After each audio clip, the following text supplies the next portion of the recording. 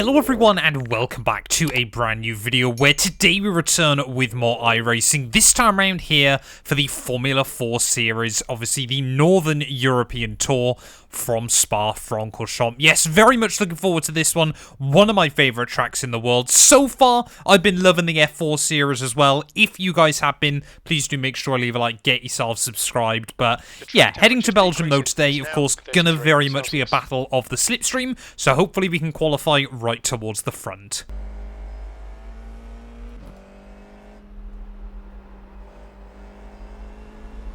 Oh, come on. So frustrating, just can't seem to get that corner right. I know I got good pace in the car though, so I'll finish off the lap and see what the time could have been. As well, we're going to mess up at P1 anyway as well. Well, those mistakes very, very frustrating, but as we round our way through the final couple of corners, what could the time have been? I know we ran wide ever so slightly, but at least we'll have a rough idea. And there we go. It doesn't even tell me in the end. Didn't even tell me. But yeah, I've been running 22s and 23s in practice, so I certainly believe we've got the pace, but it is going to be a fight from the back. Well, starting then towards the rear of the field in P17 as the number 2 car. We're going to need a bit of a miracle if we want to gain some SR and iRacing today. But yeah, let's just try and focus on making sure we get to the finish in one piece. Well, revs building then from a lot of other cars around me, and that means one thing then. The 4 red lights are about to come on. 20 minutes ahead of us, going to be a 9-lap race by the looks of it. And let's just focus on the start. Go, go, go. Lights out, and away we go. Get a better start than the guy on my outside. But yeah, down in towards the source, I'm expecting a bit of... How have they already taken each other out? What is that? Yellow flag, free wide. They haven't even made it to turn 1 and we've already had a pile-up. No idea how that's happened. But we've made it through. No incidents, nothing at all. So very, very happy for me. Of course, we'll get confirmation at the end of lap 1 how many places we've gained from that. But instantly, the field has been thinned out. That must have been at least sort of 6 or 7 cars involved in that one. More cars going as well. Another 2. Collecting each other up through a Rouge and Radion as we'll try and get a slipstream up the Kemmel straight and down the inside of the Mercedes liveried car. Is that an Alpine paint scheme as well just in front of me? But yeah, we are moving up the order very, very quickly. No idea quite what the Alpine's doing. We've got another car off as well in the grass. How many places have we made up on lap 1? We'll wait and find out. But that's one of the more ridiculous starts I think we've had in the F4 series, but you know, we've made it through. That's kind of the only thing that really matters to me as we head down the hill. Let's see if we can actually try and get this corner right for the first time. Someone else has gone. How much carnage is there at the start of this? We'll claim another freebie. We did pick up a 1X, not too sure where actually, to be completely honest. Must have missed that one, perhaps just on the exit of the corner. But yeah, definitely, I mean, especially with that start, now we've got a fantastic opportunity to try and gain some SR and I rating today. Of course, just because the field is so thin out, of course, it's probably going to be more about just making sure I don't pick up 1Xs as best as possible. But yeah, as we make our way down in towards the final sector, though, like I said, only 9 laps here. Of course, Belgium, I would assume, is going to be the longest track we run on this calendar. I can't imagine there's going to be anywhere else longer. You know, there's very, very few tracks that are longer on iRacing in general. I'm sort of thinking Le Mans, Nürburgring, maybe a couple of others that I'm forgetting. One of the VIR layouts, for example, something like that. So yeah, Belgium still is, of course, one of the longest racetracks in the world. But don't say that's the leader heading into the bus stop. We can't surely be all the way up to P5 then by the end of lap 1 as we round our way through the final chicane. We'll get confirmation in just a second. If we're P5, well, that is got to be the best lap 1 I've ever had. We are! We're P5! The leader is right there then. So a podium is definitely on us. It looks like 2nd through 5th are all duking it out with each other. Camille very, very quick in practice as well. So not too surprising that he's been able to lead this thing away from the start there. But the dream start for me, we've just now got to focus on trying to close up to these next gaggle of cars there. Keep the instant count low as best as possible.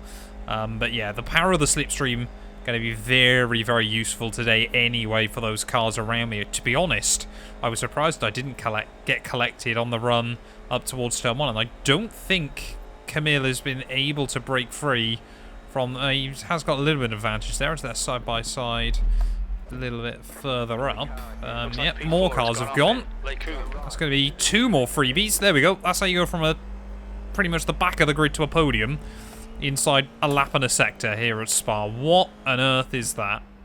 I seem to be running slightly more downforce than the cars in front of me, losing a little bit of time down the straights, but you never know whether that's just the delta as well there. But yeah, rounding our way through the final chicane then to finish off lap 2. Now we should get a rough idea of where our pace is relative to the front runners. And there we go, pretty much matching them, all of us, within a 1/10.5 of each other. And yeah, up to P3. A little bit of a mistake through turn 1, but yeah, we're going to have to focus up. We want to try and get up to Jan, but definitely feel like we should have good pace here. Yeah, all 3 of us, a 1/10 of a second. And now none of us are battling either. Parkinson has just been disqualified. That is impressive. That early into the race. And to get disqualified then, as looks like one of the guys that was trying to close up to me has binned it as well then. But yeah, losing a little bit of time to the 2 in front of me on that lap. I mean, in the ideal world, what happens is Camille makes a small mistake, Jan closes in on him, and then they start battling out with each other right the way through to the checkered flag and hope that we could close in. But maybe this one is going to be all drama at the start and then very much just a drive to the line from there. I hate as well, and it is a very, very weird little thing to hate, but is just the fact that Delta comes down masses at the final corner and then jumps back up again. That one, though, was a good lap, 24.0. Fastest lap of the day. The guy behind has just done and now we are 224.4. starting to take a little bit of time then out of Jan in front of us. The gap down to 2 seconds as we cross over half distance. Yeah, we could still try and get P2. It is not over.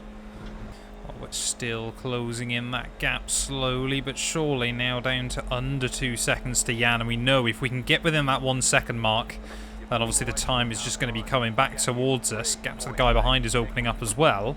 But there's then a huge gap back from P4 downwards. We know we can be brave on the brakes. Whoa, into the final chicane there as that turn around. Maybe just a little bit too brave with the apex curve. Going to compromise my run slightly on the exit.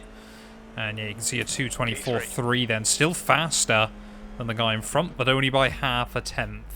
Yeah, we're definitely so much more composed through that final chicane at the moment. The gap down to 1.3.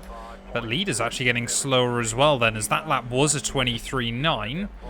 I just made a little bit of a mistake through turn 1. I didn't gain anything from it, as that was almost GG's. Huge slide through the first corner, and it's going to cost me speed all the way down the hill. Oh, holy moly, that one was scary. But we live to fight another day. We live to tell the story. 5 minutes to go. You're looking good for a podium. 5 minutes to go, 3 more laps, or 2 more after this one, I believe. So there is still time. But yeah, if Camille even at the front of the field struggling, who knows what there is time for.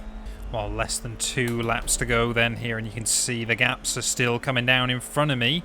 Camille at the front of the field definitely struggling. I think because we're running the higher downforce, we're actually finding these guys' tyres are starting to fall off there. It's pretty much the perfect line we could ever ask through poo on. We're gaining so much through this middle sector, but it really does seem like all 3 of us are kind of converging right towards the end of this race. A little bit loose and lively over the curbing there, but not too scary. Well, we've kept the car pointing in the right direction. You can just see through this final sector how much, obviously, you've just got to attack the curbs around this venue. But are we going to get inside that that slipstream range? Don't think, unless he does something stupid, we'd ever get a run up in towards Le Com. But if we could just try and obviously continue closing in, maybe we could do something up this back straight into the final lap there. 3 seconds now covering our top 3. Looks like P4 has either made a mistake or is all but giving up on it. So a little bit of a lock up there on the way in. Not ideal. Just, for a second, question what the rear is going to do. And you can just see again, Jan seems to be getting the runs that he needs. Lap time is 223.9. Last lap. There we go. New fastest, 223.8. 223.8. So we do take fastest lap then. So we are flying at the moment. But you can still see there, we took half a 1/10 out of Jan in front there, but both of us took a second out of Camille. What is going on with our leader? Is he starting to struggle right towards the end of this one, or is he just trying to take it easy because he believes he's got the win locked up? And are we going to be able to get close enough to Jan? We had that mega start to this race. Since then, you know, on paper it's looked quite boring, but the racing has still been brilliant fun, of course, as all three of us trading times. We've got a slower lapped car a little bit further up. Hopefully they don't spoil anyone's party either, but just look how brave we can be over the curbing at the top of the hill. They're still taking time out of those cars in front of me, and now the gap's coming down to less than 3 seconds then. Are we going to see some late race drama here? Are we going to potentially be able to get away with a P2?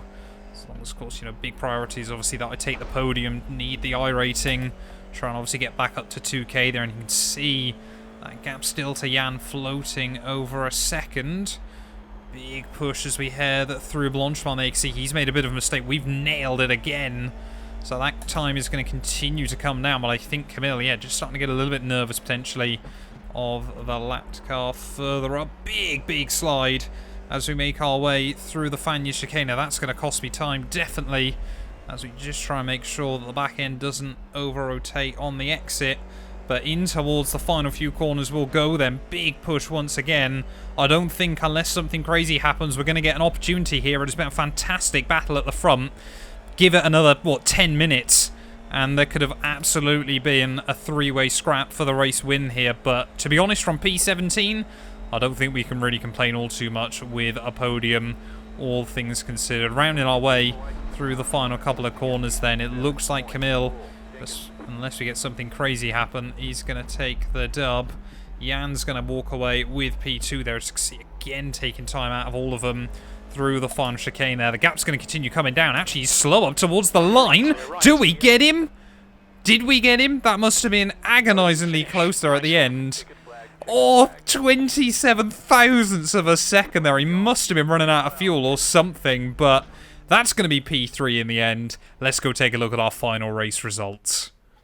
While having a look then at our final race results, a 64 iRating gain. I don't think we can be too disappointed with their 17th to 2nd.